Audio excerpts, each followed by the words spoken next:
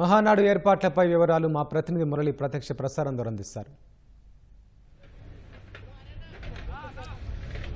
కడపలో జరిగే మహానాడు కోసం ఏర్పాట్లు తుది దశకు చేరుకున్నాయి. రేపటి నుంచి 3 రోజుల పాటు అత్యంత వైభవంగా రాష్ట్ర స్థాయి మహానాడు నిర్వహించేందుకు ఆ పార్టీ సిద్ధమైంది.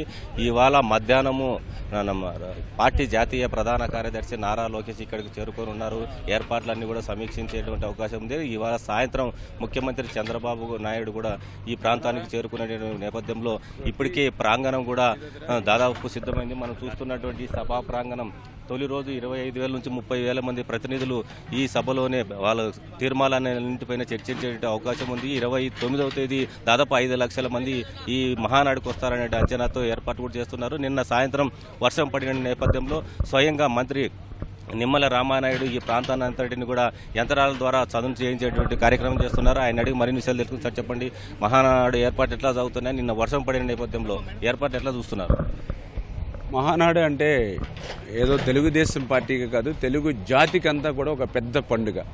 అటువంటి మహానాడుని కూడా ఈసారి కడపలో, రాయలసీమలో, ఎందుకంటే అన్న ఎన్టీఆర్ గారు పార్టీ పెట్టినప్పటి ఏ రకమైన స్పందన వచ్చిందో అంతకు మించి స్పందన మొన్న ఎన్నికల్లో వచ్చినటువంటి స్థితి.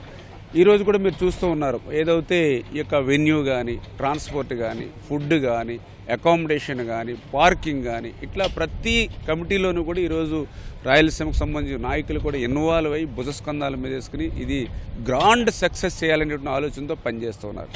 ఈరోజు కూడా మీరు చూస్తూ ఉన్నారు. ఏ మాత్రం వర్షం వచ్చినా కూడా, వాతావరణం అనుకూలించకపోయినప్పటికీ కూడా వచ్చినటువంటి ప్రతి ఒక్కరికి కూడా చిన్న అసౌకర్యం కూడా కలగకూడదు.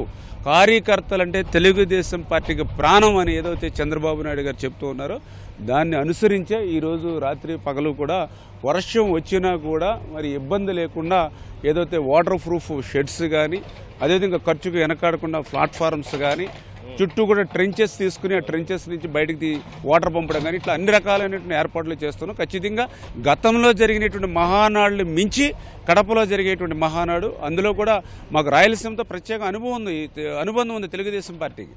ఆ రోజు ఎన్టీ రామారావు గారి దగ్గర నుంచి ఈరోజు చంద్రబాబు నాయుడు గారి వరకు ఈరోజు రాయలసీమకు ఒక గుప్పడు మంచినీళ్ళు దొరుకుతున్నాయంటే, ఒక సాగునీరు దొరుకుతుందంటే అది ఆ రోజు ఎన్టీఆర్, ఈరోజు చంద్రబాబు నాయుడు. మీరు చూసుకోండి, ఒక తెలుగు గంగ, ఒక అంద్రీనేవ, ఒక గాలేరు నగరి, ఒక హెచ్ఎల్సి, ఒక ఎల్ఎల్సి, ఒక కేసీ కెనాల్, ఏ పేరు చెప్పినా గుర్తొచ్చేది తెలుగుదేశం పార్టీ.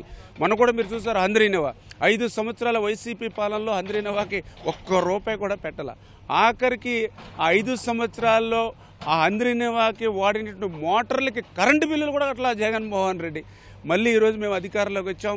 మళ్ళీ ఈరోజు 3,800 కోట్ల రూపాయలు ఒక్క అంద్రీనేవాకే ఈవేళ ఏ ప్రాజెక్టుకి కేటాయించిన విధంగా కేటాయింపులు పెట్టడమే కాదు 2025కి పూర్తి చేయాలి. అంటే నేను ఎందుకు చెప్తున్నానంటే ఈ రకంగా రాయలసీమకు తెలుగుదేశం పార్టీకి ఎప్పుడు మంచి అనుబంధం ఉంది. ఖచ్చితంగా రాయలసీమ రతనాల సీమగా మార్చేటువంటి విధంగా ఈ మహానాడు కూడా ఉపయోగపడుతుందని చెప్పి మేము కూడా భావిస్తూ ఉన్నాం.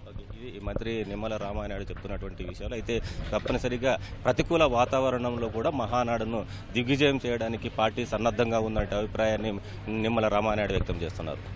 ఇది మహానాడు ప్రాంగణం నుంచి తాజా పరిస్థితి. కెమెరామెన్ జగదీష్తో మురళి, ఈటీవీ న్యూస్.